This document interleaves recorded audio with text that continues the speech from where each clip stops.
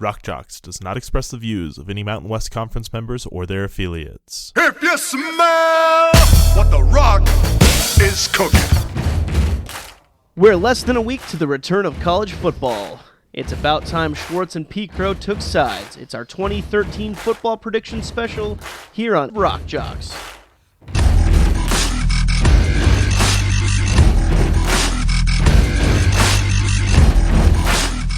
Hey everybody, welcome to Rock Jocks from the Front Row Network. I'm Preston Croshaw. I am Steve Schwartzman. We're going to be your hosts tonight. It's a little late tonight, but hey, what the heck, right? Let's have some fun with the Mountain West Conference. Pulling all-nighter just in time for school. I'm yeah. stoked. Hey, why not, right? Talk football. Well, let's start it off. We've got a really good plan for tonight. We're going to do the last part of our breakdown of the Mountain West Conference football teams. And then we're going to be talking about the predictions for this year as far as divisions, the championship game, and we're going to do a special bowl prediction. And then we're going to get to your questions at Ask the Jocks. And, then we're going to do what we learned and finish it up. I can't wait. Can you wait? I'm excited. Okay. Let's jump right into it because we've got a lot of material to cover. What do you got for us? All right, we're going to jump right in with San Jose State University. Talk about the Spartans. My fact's pretty simple, but it's something that a lot of people know. Did you know that San Jose, California was actually California's first state capital? I did not. Yeah. Just like that. I actually thought that was pretty cool. First state capital. All right. My interesting fact is really pretty simple, just about their most historic rivalries with Fresno State and Stanford. Holy cow. I don't know why I spaced on that for a second. They call them the Valley rivalry with Fresno State and the El Camino Real rivalry against Stanford. So those are some very heated rivalries, and why not? It's going to be a good time. As far as football goes, what do we got this year? Well, it's hard for me to focus after I heard that there's a rivalry called El Camino Real. That's pretty awesome. I know, right? It's a fantastic name. San Jose State, coming off a really successful season last year. 11-2. 11-2. They ended up ranked. I can't quite remember exactly where the ranking was. They were in the top 25 last year. Yes, they were. Extremely successful season off of David Fales. Very explosive offense. They did lose their head coach, but a lot of momentum to build off of. Coming into the Mountain West this year for their first year in the conference with a lot to speak on already. It's easy to say that you can expect big things. Of course, the big guy that you want to talk about is quarterback David Fales, but you honestly can't mistake Noel Grigsby over a wide receiver. Noel Grigsby, in my opinion, these two, and we've talked about this a lot, Steve, these two have the best 1-2 punch at quarterback and wide receiver, possibly in the nation. Absolutely. I don't even question It's that. incredible. Noel Grigsby went for 1,300 yards. I mean, that's incredible. David Fales passed for 4,200 yards, so you're looking at that 1/4 of the time. Actually, a little bit less, a little bit more than 1/4 of the time. He's looking to Noel Grigsby, and they've got an amazing connection. I think that both of those guys are going to go to the NFL. You look historically at football, I think you say that a great quarterback is about as good as his hot receiver. I don't know that you have a hotter receiver in this conference than Noel Grigsby, and so I think a lot of their success is going to come off of that 1-2 punch. And that's not to say that they don't have other weapons on offense, but that definitely is going to speak to them. But then you head over to the defensive side, and you talk about a guy like Ben Wickery, Keith Smith, Vince, and I'm going to butcher this name, Bahugiar? Bahugiar. Okay, you were so much better at names than I am. They have a lot of weapons on defense, and I think that speaks pretty strongly for them as well. I agree. This whole team is looking pretty good. They lost a few offensive linemen to graduation, and the real question is, can this offensive line improve?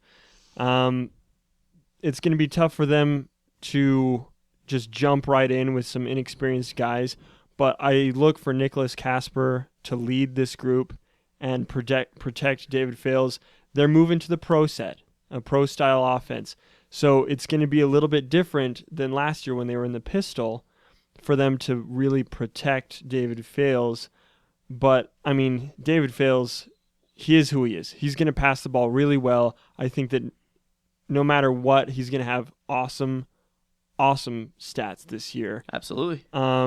Especially with Noel Grigsby and even a Jabari Carr and Chandler Jones. Those guys are really good wide receivers. And if Tyler Ervin at halfback can take the pressure off of him and have the defenses say, we can't just blitz every down. We have to watch out for the run as well. This is going to be a very successful team. Absolutely, and I think it's needless to say that this team is full of weapons and individual skill all across the board.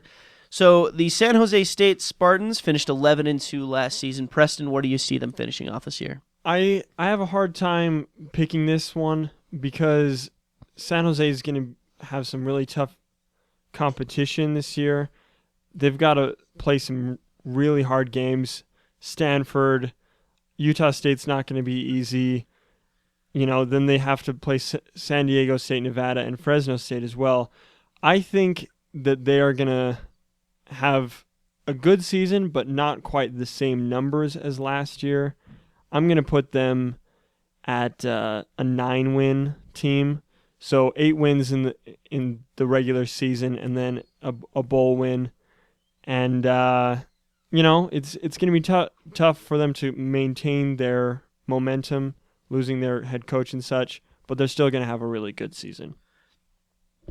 That's pretty good insight. I can kind of understand that. We talked a little bit about how they're switching up to a different style on offense, and they're also switching up on defense as well, switching into kind of a more 3-4 style. Yeah. In my opinion, as good as these team and these players are, that's a lot of change. I don't know with this new coaching system and all these systems changing, if that's something that they can necessarily fully keep up with.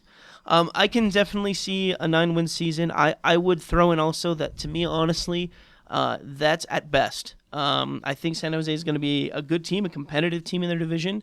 Right now I'm seeing a lot of change in the system, and I don't know if that's something they can necessarily keep up with. I expect big things out of David Fales. I expect big things out of a lot of their players, but just looking at their schedule and looking at how much they're going to adjust to, it's hard to say that they're going to keep up the same momentum they had last year. I agree. So let's move on, but let's just say that the Spartans will make noise, and we hope the best for them. UNLV is the next team on our docket, the Las Vegas Rebels. My interesting fact about these guys is I found this fascinating.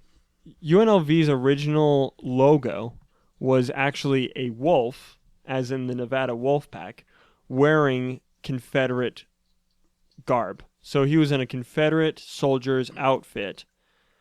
And this was obviously a jab at the Wolfpack, their in-state rival. And the Confederate uniform was seen as kind of a problem, especially when the, civil rights thing came around in the 70s. So they had to change it. But Bo the Wolf was his name. He was their first, well, not their first, but a long-time logo, still beloved by the student body. Maybe some more than others, but you can read into that all you'd like. But there you go. Bo the Wolf. That's how you do rivalries right there. You jab at your opponent with your logo. With your own logo. Exactly. I'm loving that.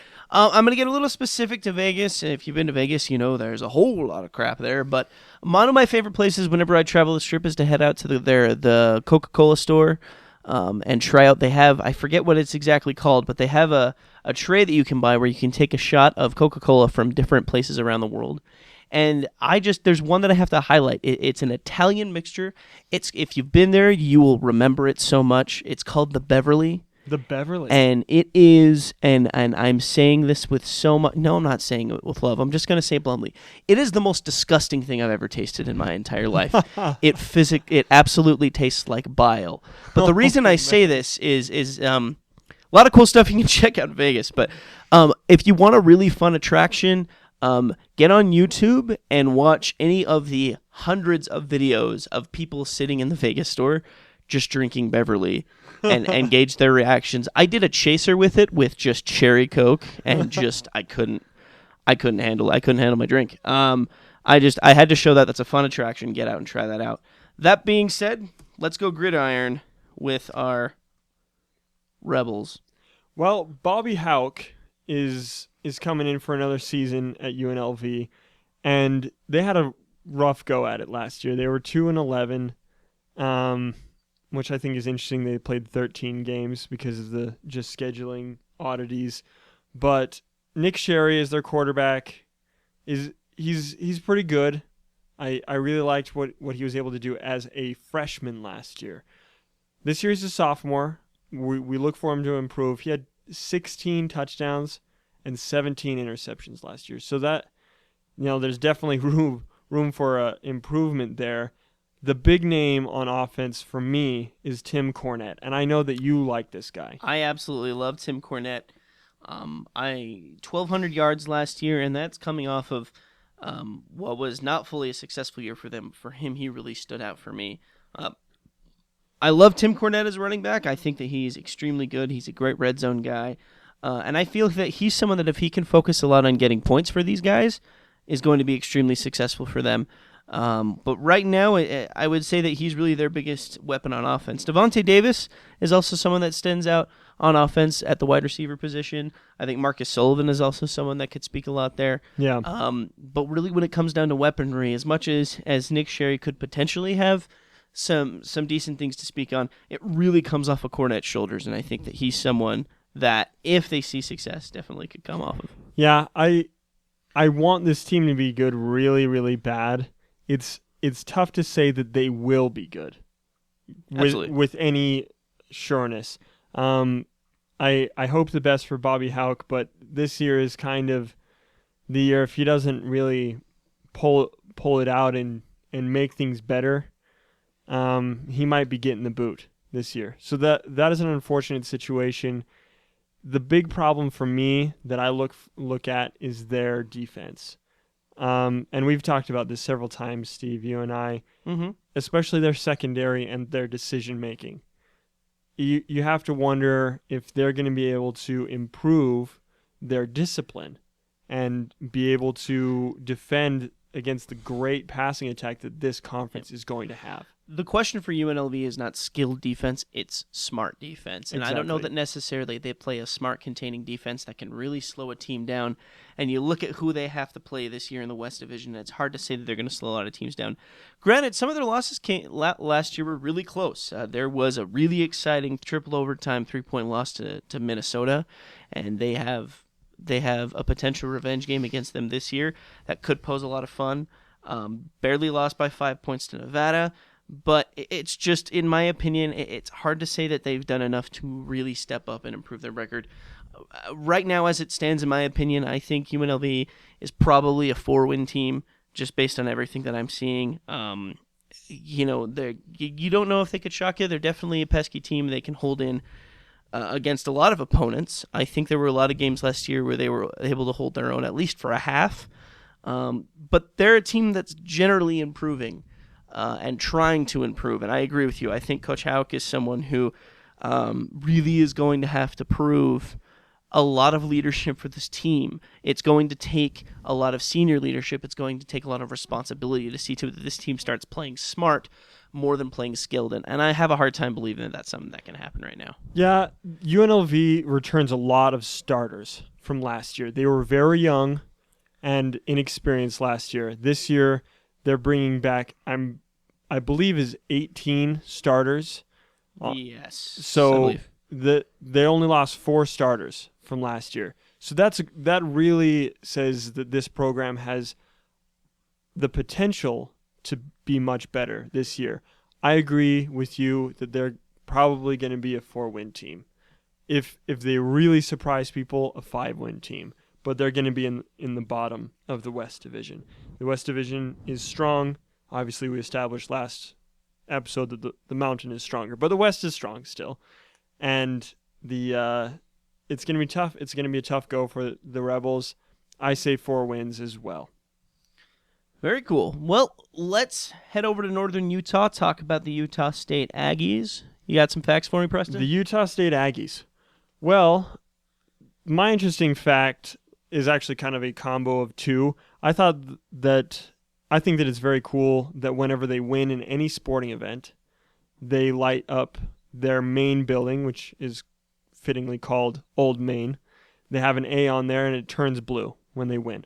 I think that's a really cool tradition. Let the whole entire city know, hey, we won tonight. And that's something that they can rally around. As well as I really like the name of their mascot, Big Blue, after the ox of Paul Bunyan, And so I like the Aggies. I really like their tradition there. My Utah State fact actually also ties together with Old Main. Right next to their main building, Old Main, is Old Main Hill, which is a large grass hill. A large grass hill. You can speak, Steve. I believe in you. That scales down from the back of the building. It's a very well-known thing. I know on their campus, every Easter, a very popular local event is to do what's called the egg roll, where people take hard-boiled eggs and they roll them down the hill. This is a very popular event that they participate in every year. The one interesting fact, if you know anything about Utah history, you'll know that the Utah state bird is the California seagull because of their participation with the Great Salt Lake, which is a very, very salty lake.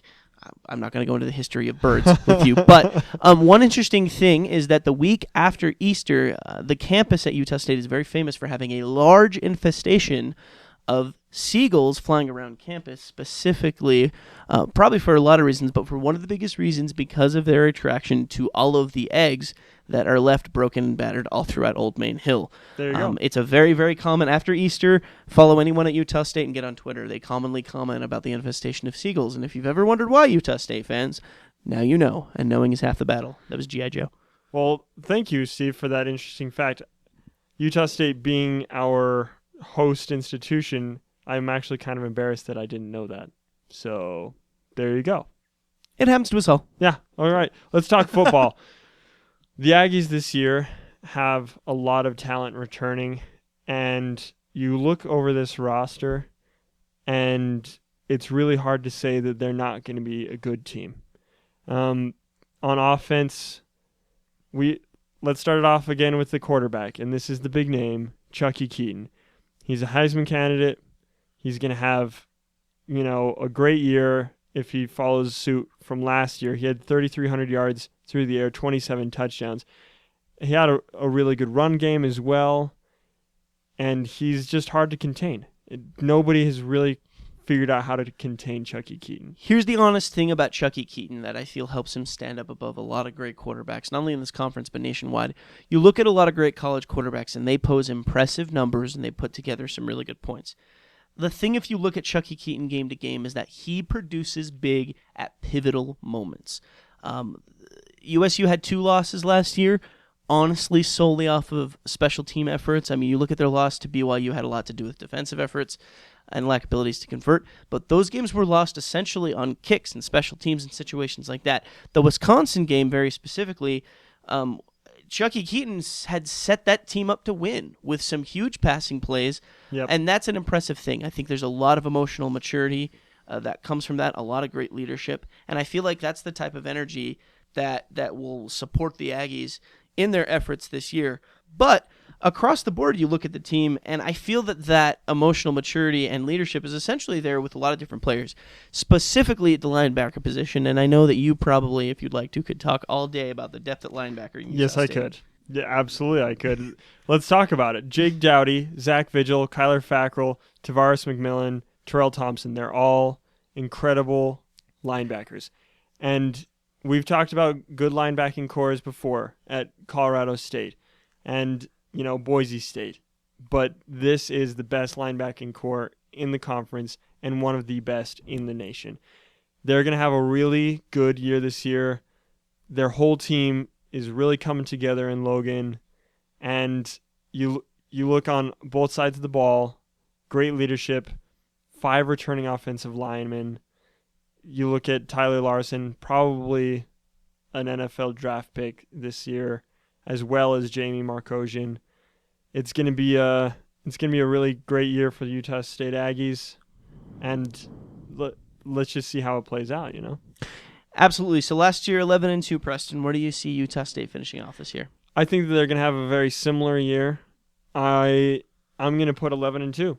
I'm going to say that they win 10 games in the regular season, lose 2. It's hard to say to whom that they will lose. They've got some pretty big games against Utah, USC. They play BYU and Boise State. Obviously, Boise State, they're in their division. But it'll be tough for them to win all of those games. So I say that they drop 2 of those, and they end up going 11-2. I can totally see that. I'm actually going to go with the same prediction, but I feel like the losses that I have predicted for Utah State might be a little different than what a lot of people expect. I definitely, and I'll go on record as saying this, I definitely actually see Utah State beating Boise State. I think that it's a home game. It's going to be a momentum builder for them. I think that they match them in a lot of different areas on the field, and I feel like that's something that I can confidently say can happen there. That being said, who knows? That's going to be a huge game, I think, across the conference. But I personally feel like they're a team that can pull off 11 wins and get to a conference title game, make a lot of noise. One of the biggest questions that a lot of people are saying is, and you hear a lot of critics throughout the board and throughout the country saying, we want to get behind Utah State, but Gary Anderson leaving for Wisconsin and them getting a new coaching staff is really a concern, is going to change a lot of things. But if you look at their coaching staff, it's nothing but continuity. You look at their systems, you look at their plans, not a lot has changed. And for that, you can really honestly say that they can only form consistency and improvement across the board. So expect big things out of Utah State. That's really the difference between the Utah State Aggies and the San Jose State Spartans for me in the realm of coaching. Like we just talked about, San Jose is completely changing their offense and their defense. Utah State has the continuity of keeping the same system in line so that they can build on their momentum. Biggest example of that is Utah State's new defensive coordinator, Todd Orlando. As opposed to bringing in a new defensive coordinator and adjusting the defense to his plans, Todd Orlando learned the previous systems that the linebacker core and the defense at Utah State had learned and adjusted his strategies around it, showing his skill set with a system that they were already comfortable with. This just shows consistency, and I can definitely see how they can still be a powerhouse even in a new and bigger conference. Exactly. I think that they're going to come in and challenge, just like San Jose State, for the title and for their division crown. Let's move on to our last team, the alphabetically last team as well in the entire FBS. Certainly not least for Steve Schwartzman. Or for me, because I love the Wyoming Cowboys. But let's go to Laramie and have a little tour. What do you have for us, Steve? I just have to share a really quick story about Laramie and the University of Wyoming. As you may know, Wyoming is fairly a small state population-wise. Laramie is actually a fairly small town. Very endearing, really cool people. I actually enjoy my time there. But I was taking a tour of the University of Wyoming campus, and we were walking by one of their on-campus housing residence halls. Mm-hmm. And they had about I believe it was a 7 to 9 story building. Not small, but not entirely large if you were to compare it to a lot of large buildings. And we were taking the tour, and the tour guide turned to the building, and this is my fun fact. He said, "Everyone, this building is the largest building in the state of Wyoming." Wow. I thought that was really very impressive. Now, I grew up in Los Angeles, and so, that is a grocery store. A little bit where I was from, but, Wyomingans, homers of Wyoming, they absolutely love it. They love their time there, but I just thought that was an interesting twist to their way of life. See, you're from LA. I'm a big fan of small towns. Mm-hmm. I love small towns. And so when you say that the tallest building in the entire state is only 9 stories, I'm like, hey, that doesn't sound too shabby to me. So, hey, Wyoming, if you've got an opening for me, I'll move right up there. Hey, you got to flaunt it, man. Yeah. Well, we're still waiting on those Wyoming jerseys with Brett Smith's number and Smith on the back. So signed with lipstick, I'll take it. I'm a huge fan. My interesting fact about Wyoming is about the most controversial color scheme in college sports. It's brown and yellow. And a lot of people just look at that and say, why? Why would they do that to themselves? Yeah, I understand brown and yellow. It's very, I don't know. It's kind of hard on the eyes. It's hard on the eyes as well as kind of 70s. So when we talk about Wyoming and their color scheme, we have to look at their history. So this is where it came from. in their first annual alumni dinner, I don't know, it was like 100 years ago or something like that, they had some centerpieces with flowers called brown-eyed Susans. And these brown-eyed Susans are, as you could probably guess, brown and yellow. And the alumni, the first graduating class of the University of Wyoming, was so impressed with these flowers that they said, we should make this the color scheme. Huh. Yeah, so when you look at their color scheme, just remember, the brown-eyed Susan is why they did that, and it's a native flower of Wyoming, and we love it. Absolutely. Two really quick things just to comment on that, and then we're going to talk football. First of all, anyone at home, get on Twitter if you can fact check for me. If the Brown-Eyed Susan was the inspirator for the song Brown Eyed Girl, I just want to confirm that fact, so look that up for me. Second of all, if you know of anyone at the University of Wyoming who has done a Wiz Khalifa cover with the colors brown and yellow, I'd like to hear it. And if you haven't, someone please get on that. That is just begging for all kinds of views. All that being said, the Brown-Eyed Susan, that was a fun fact. But I want to talk about my Wyoming Cowboys because we can already tell that I'm on the Wyoming bandwagon. Well, Brett Smith, I'll just say the name Brett Smith and let you go to town. And swoon. We have talked for days and months and years about the strength of the quarterbacks here in the conference. And one of the most underspoken quarterbacks I personally believe is Brett Smith. He was someone who posed amazing numbers last year, given the record that his team had at 4-8. And given the level of competition that the other quarterbacks in the conference have had, you look at 2,800 yards, 27 touchdowns, 6 interceptions. And that's for only winning 4 games, given the team that was around him. This is someone who's coming into another year. He's got another strong leadership year under his belt. He's really coming in as the team leader and as the example for hard work and just essentially success for a lot of his team. Then you look at the weapons that he can throw to. I think Robert Huron is an absolutely fantastic option to throw the ball to. I think Dominic Ruffron is a great option as well. I feel like Brett Smith has the tools to really prove himself as an elite quarterback as far as Mountain West Conference quarterbacks are concerned. I agree. If we want to talk about wide receivers, Robert Huron had 657 yards last season, but he played only about half of the games. He was injured half of the year. So you look at his numbers, and he could really challenge Noel Grigsby or Devontae Adams at Fresno State for the wide receiver crown of the conference. He is on the Biletnikoff watch list. The Biletnikoff award is for the best wide receiver. Just to let you know, because Steve's looking at me like in the country, right? In the country, yeah, that's the national award. So he's on that watch list, and deservedly so. He is very good. He's going to have a monster year as long as he can stay healthy. If you look at their defense, their run defense was quite stout last year.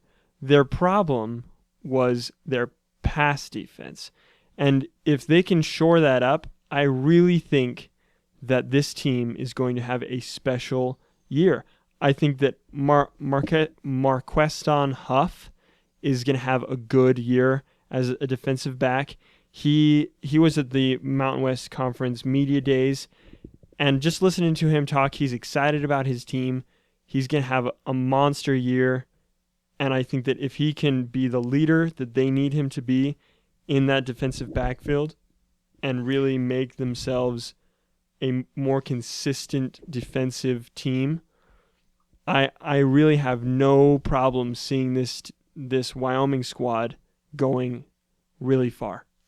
Absolutely, and I think that we can gush about the potential that this team has, at least with everything but their colors. I like their colors. And, agree to disagree. And we'll talk about that later. Absolutely, we'll discuss that more.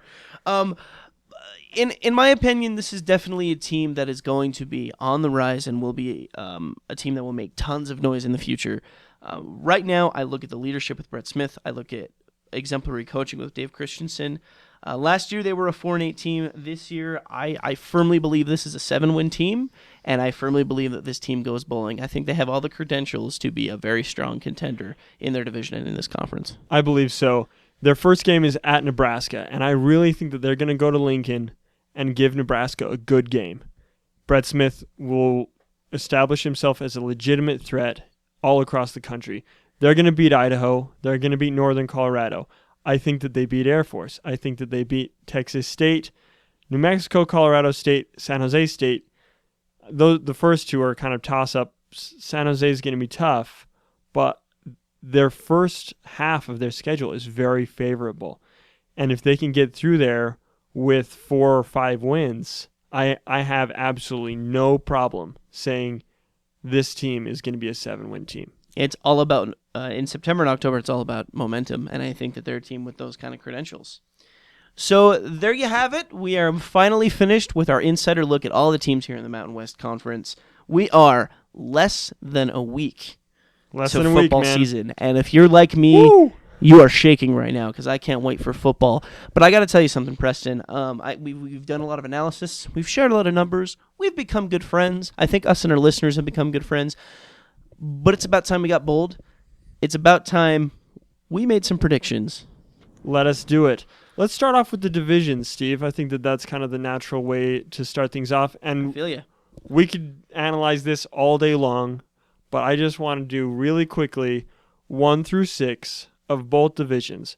I'll start, and let's start with my division, my wonderful Mountain Division. I think that the Mountain Division goes like this. Utah State number 1, Boise State number 2. Then you got to follow that up with our boys, the Cowboys. Then I really think that New Mexico is going to surprise people and come in at number 4, Colorado State at 5. And I like Air Force, but I just don't know if they have the tools to compete in this quarterback-heavy conference, and they'll end up at number 6. What do you think about the Mountain Division, Steve? Honestly, a lot about the same, but there's a little bit differential, and I think that I can speak pretty strongly to that. I am personally also going Utah State to top off the Mountain Division. Then I go Boise State at number 2. From there, I have New Mexico in the 3rd spot. I really feel like they are a team that could carry a lot of. I honestly think so. I think their schedule shows wins. They show competitiveness, and I honestly feel like they're a team that can make some serious noise. Well, that is a surprise to hear from you. I put them about a game's worth ahead of Wyoming, in my personal opinion. That's a situation that could shock me. My 3 and my 4 are like they're teetering, but I honestly see New Mexico as a team that can carry some good momentum. I see the games wherewith they are some of their out-of-conference games, even though that doesn't play necessarily into that schedule, are good momentum games for them because they're winnable games for them. And I think that plays confidence when they play some of the larger teams. I see New Mexico as a team that could beat one of the elite big schools in the conference. And I don't know if Wyoming is there yet. Again, I've gushed about Wyoming, but I don't know if they're at that point that they can beat one of the juggernaut teams. And I feel like New Mexico is a team that can squeak one away, and that's what's going to get them ahead of Wyoming. That being said, to finish off, I go Air Force in the 5 spot, and then I'm going to finish off with CSU in the 6 spot. I think that's another close race, but at the same time, I just feel like Air Force has the potential to pick up another win or two to upend keeping them out of the 6 spot. Well, why not? You know, I was surprised to hear you pick New Mexico over Wyoming, but you surprise me all the time, Steve. Hey, sometimes you put sand in glitter. It happens. All right, let's go over to the West Division. That was an interesting look after that line there, Steve. The West Division. So I've got it going like this. Fresno State number 1. San Jose State number 2. The Aztecs, or the Wampus Cats as we lovingly call them, at number 3. And then to round it out, 3. I need 3 more, huh? Nevada. No, I was skipping Nevada. Sorry, Wolfpack fans. And then UNLV and Hawaii coming in at 5 and 6. I'm actually going to go exactly the same with that situation. I'm going to go Fresno, San Jose, San Diego, Nevada, UNLV, Hawaii. I feel like that's a pretty decent setup, and I think it's going to be a decently competitive setup for at least 4 of those 6 teams. But I feel like the schedule pretty much speaks for itself. We're going to see a lot of the same there. Yeah, the West Division is a little bit more cut and dry than the Mountain Division. Like you said, there's a lot of give and take in the Mountain. So moving on with our predictions, conference title game. So for you and me, actually, we have Utah State We have playing, the same title game. but where? Now that is the big question. I absolutely believe that is the question. I honestly think that the home game, I don't know how you feel. I think the home game is actually going to determine a lot of this. I personally feel that this is going to be hosted in the state of California. I think Fresno is going to pose a strong enough of a record that they are going to host this game and could play a very, very huge factor in that final game. I completely agree. Fresno State will be, in my opinion, the host of this game, and that's going to be tough for the Aggies to go down and beat the Bulldogs in Fresno. At least it'll be warm, though, right? I mean, if they were to play that game in Logan, it'd be a little bit frigid because it's going to be at night. They just announced this week, CBS did, that it's going to be that Saturday night, the conference weekend, conference championship weekend, Saturday, and how many ways can you spell awesome, by the way? exactly. CBS prime time right after the SEC game. There's going to be a lot of people watching. But the fact that Fresno doesn't play against Utah State during the season, I think that those two teams will be ranked. But because Fresno has the momentum from last year, as well as, you got to look at Derek Carr, they will be a higher ranked team because people will respect them a little bit more, in my opinion. And then you just got to look at it from there. And I don't know who's going to win it. I don't think we're going to do predictions on who's going to win it because that's going to be one heck of a game. I do feel like it's going to be one heck of a game. I will just say this much. I feel like big defenses play much, much stronger and much more heavy at home when they have a chance to make big plays and get big stops, and that crowd picks them up. I feel like if Fresno hosts that, and it's really honestly looking a lot like they would if this is the matchup, they pose a pretty huge advantage. And so it'll be really interesting to see a matchup like that. I think it's a fantastic matchup. You're talking two great quarterbacks, two fantastic defenses playing against each other. That would be a wonderful matchup. But there's a lot of other matchups that'd be great, but I would be very excited to see these two guys go at it. I absolutely agree. All right, next prediction category, bowl games. Let's go bowling. So we understand that predicting bowl games before the season even starts is a little bit ridiculous because you can't exactly foresee all the situations that are going to play out. But we're going to do it anyway. Because who cares? Yeah. We're a podcast and you like us and we want to talk bowling. Well, we're everything MWC, so we obviously have to predict this. The number one, so I see 7 teams going bowling from the Mountain West Conference. We have 6 automatic tie-ins right now. We are in talks with a few different bowls. The Christmas Bowl being one in LA. And then the Stars and Stripes Bowl is in talks with us as well. The Stars and Stripes is apparently trying to get the Big Ten number 9, I believe, which I don't know. I don't know how good of a game that would be. Pick up like a Iowa State or something like that. It would technically be 9th of 12. The Big Ten has 12 teams and the Big 12 has 10 teams. Yeah, exactly. It would anyway, be 9th but of 12. To still go that far back into the conference would be a really interesting matchup. So we're just going to go with the tie-ins that we have right now. Is that correct? Absolutely. So if you're looking at, right now we have 6 tie-ins. There's potential. You never know for how many teams. We could have as many as 8 or 9 teams be bowl eligible. Yeah. And who knows where they'd go. But let's talk about our specific tie-ins and who we see fitting those. Okay. Well, number 1, the Las Vegas Bowl gets the number 1 choice. Unfortunately, as we were talking about this before the show started, I just don't see a Mountain West team breaking into the BCS. But so Las Vegas will get the number 1 pick. I'm going to say that they pick up Utah State.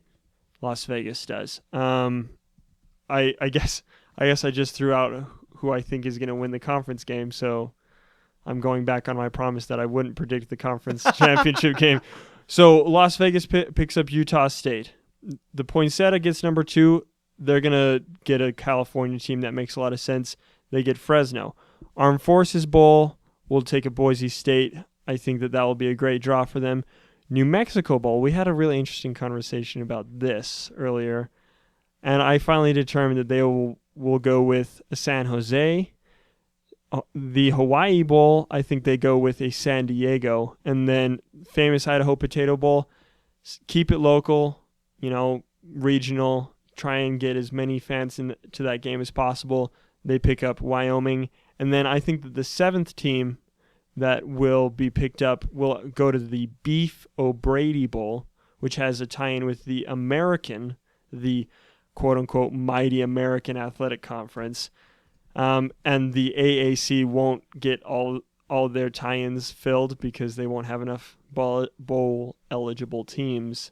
Number 7, Beef O'Brady Bowl, goes with Nevada. That's an interesting setup. As far as the Las Vegas Bowl goes, I am going to say that Fresno's going to host that. And you know what I was going to say? It's hard to say whether or not they're going to win. I actually do firmly believe that Fresno State is going to be our conference title team this year, and I see them going to the Vegas Bowl. I see Utah State actually heading to the Poinsettia Bowl. I think it would be a nice treat for Utah State, and I think that they carry enough momentum that they could send a good group there.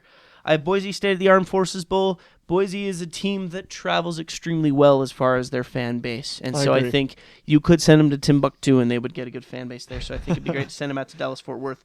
I'm going to go a little bendy here. I honestly think it's going to happen as far as the New Mexico Bowl. I have New Mexico in the New Mexico Bowl. I think it just makes sense. In my opinion, why not bring your host school the opportunity? Big prediction, but might as well give it a shot. So I like it. I see New Mexico in the New Mexico Bowl. I've already made another big bold prediction with them. Why not do it again? I'm with you with San Diego over in Hawaii. To me, it makes a lot of sense. It's a really good fit for them. Good chance for them to play a Conference USA team. And then I have Wyoming in the Potato Bowl. To me, that's just a match made in heaven for Wyoming to head out to Boise, get a chance to reward their fan base. That for me leaves out Nevada. I think Nevada definitely goes to a bowl. I didn't do nearly as much research. Beef O'Brady makes a lot of sense. Could be a spot for them. I see Nevada playing football somewhere in the month of December. I just see it. I just wish I could necessarily say where, but I definitely think that there is potential out there for them to play football somewhere. But as far as my 6, that's where we stand. Awesome. I love it. Yeah, Lobo fans, if you were keeping track, I predicted that the Lobos would be left out in the cold for the bowl season, which I hope doesn't happen. I really hope that they go to a bowl this year. Is that all of our predictions? Yeah. All right. That's everything we had. That went a heck of a lot quicker than I thought it would. Yeah, I know, right? At the rate that we talk about stuff. So let's just break it on down for Ask the Jocks, shall we? Let's do it. So as you know, we asked you to get on Twitter, try out the hashtag AskTheJocks, and send us some of your questions, specifically with some of your prediction and thoughts. We did get a couple fantastic responses, and Preston's going to shoot those off, and we're going to share our thoughts with you. All right. Let's start off with Tristan Boyce. He tweeted us and asked us the question, do you agree with MWC Connections power rankings? Well, they're top 50 player rankings. And in a word, kind of. Well, I guess that's 2 words. In 2 words, kind of. I kind of agree. There are some things that I don't exactly see lining up with reality. These guys that were doing the voting were all really homers of specific teams. So certain players are going to be ranked higher than I think that they deserve. Just for example, the last one released was number 6. Cody Fajardo was released at number 6. I think that Cody Fajardo is a great quarterback. Do I think that he's the 6th best player in the conference? No. They had him ranked ahead of Chucky Keaton. They had him ranked ahead of Brett Smith, Jake Feely, the linebacker out of San Diego State. So I don't think that those are correct. But, they're trying their best. And I think that the big names they have gotten so far. Having looked at it myself, to sum it up for me in 2 words, no. I honestly don't fully necessarily stand by where they put this.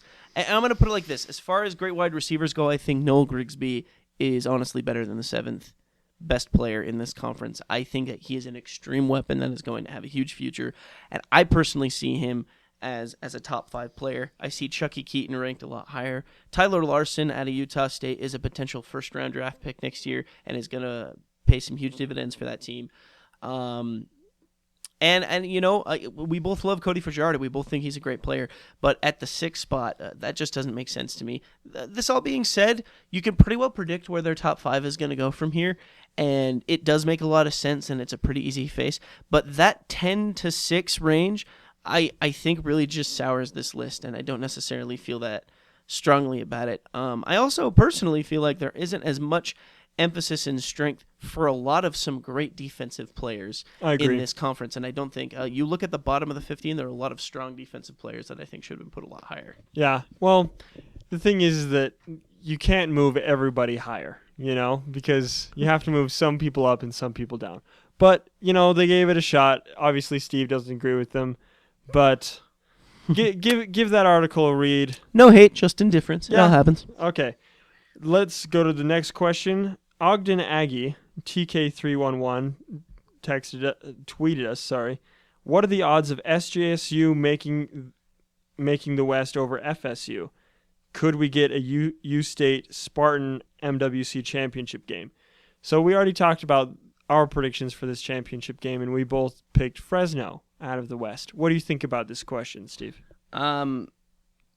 To me, it really comes down to, you know, it's interesting because both of these teams, their strengths are pretty well matched when you look at their 1-2 punches with their quarterbacks and their wide receivers. And for me, it honestly, if they can win that game, it comes out of what can they do in the first quarter to shock Fresno, to get a decent enough lead that the crowd is with them. That's a home game for San Jose. Yeah. So if they can somehow pull together, I say a 10-0 run or a 14-0 run in that first quarter, the crowd's on their side and they've set a pretty strong standard. It really comes down to how they start that game.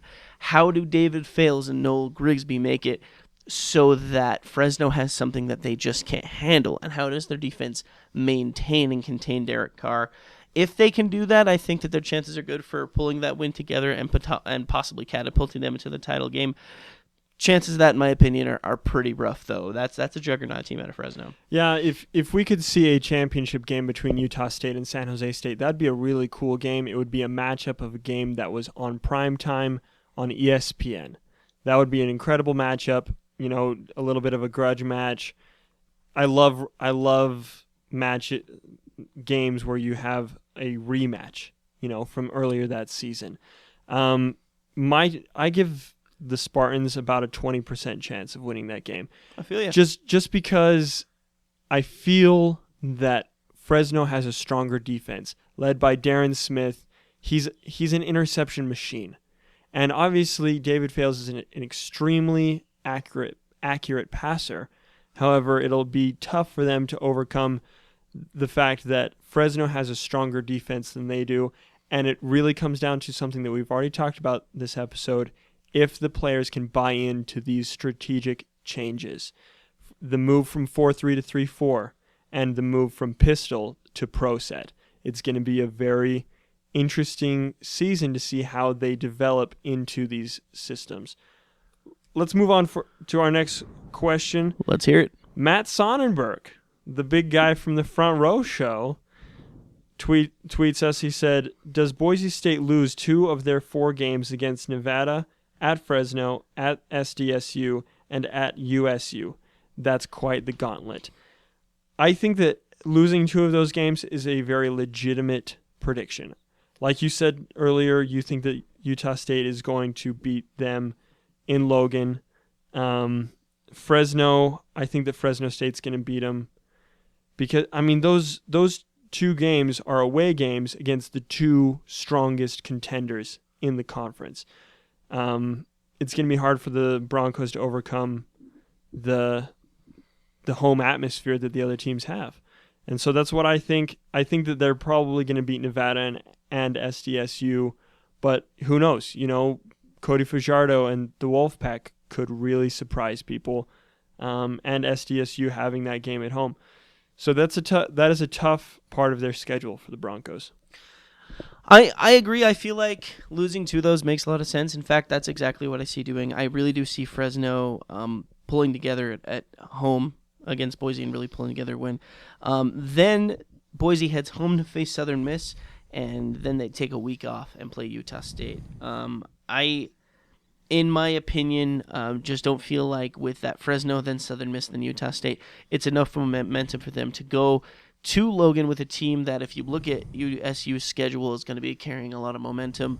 And I could talk about that matchup a lot more, but I won't at the moment. I feel like those would definitely be their losses. Boise has the potential to beat anyone on their schedule, but those are going to be extremely tough games for them. So I think that's an extremely likely prediction. I agree. So, Matt, I think you hit it right on the head. So this is the question of the week, in my opinion. The last question we're going to get to. Kyle Haywood Let's do it. Tweets us, who will be the quote-unquote freshman of the year from the conference? Ooh, I like that. And when I saw that question, I panicked for about, 15 minutes because I was like, oh, crap. Like, most of the research that I've done is based on returning players and their numbers. And so I had to do some digging, but I found a few names that could be very interesting. Personally, I think that the freshman of the year could be quarterback out of Colorado State, Craig Leonard. And I know that when we did Colorado State's preview, we already talked about Garrett Grayson and Connor Smith in a quarterback battle. But in the past couple weeks of their fall camp, Craig Leonard has come on and really competed for snaps with those two guys. And he's a redshirt freshman. He could have a big year. And if he does, absolutely, he's, in my opinion, the freshman of the year for this conference. That's a great prediction on my side of the line. You may have heard, listeners, a lot today that I've brought up Utah State a heck of a lot more today than I have in past episodes, and in opinion, it has absolutely nothing to do with personal affiliations. It has everything to do with the fact that we just really haven't gotten to that discussion with Utah State just yet, and they've been brought up a lot. I see them being a really successful team, and one of the biggest reasons is that they have a cavalcade of players who will be role players, who can step up, who may not be noticed. My number one player that fits that mode so much, who is going to shock a lot of people on the defensive side, is freshman Nick Vigil. This kid is coming in to play with his brother Zach at the linebacker position. Extremely talented kid. Comes in with a lot of potential to pull together a lot of huge stops, is going to be playing on an extremely deep linebacker position. But I feel when you play on a deep team like this, there's two things that happen to young players. They either get left behind or they ride the wave. And I think Nick Vigil is a guy coming in with enough momentum that he is going to ride the wave. He is going to come in and make a lot of big things happen. The specific difference for me with him is not just stops, but turnovers. I think he's the type of person with the intangible that is going to help get some takeaways, force some fumbles, possibly get some tip-ins and interceptions, as someone that can really turn legitimately the ball in the position around for a team like Utah State. I really see that as a possibility for him. That's a great pick. Just to throw out a dark horse, San Jose State, tight end, Jordan Thiel. San Jose State, yeah. I didn't think of that one. Yeah, I did a little bit of research. San Jose State, obviously losing their big-time catching tight end in Ryan Otten. And he had great numbers last year, Otten did. He caught 47 passes for 742 yards. That's the second most yards on the team behind Noel Grigsby. So if you look at their offense, obviously David Fales likes to throw to tight ends.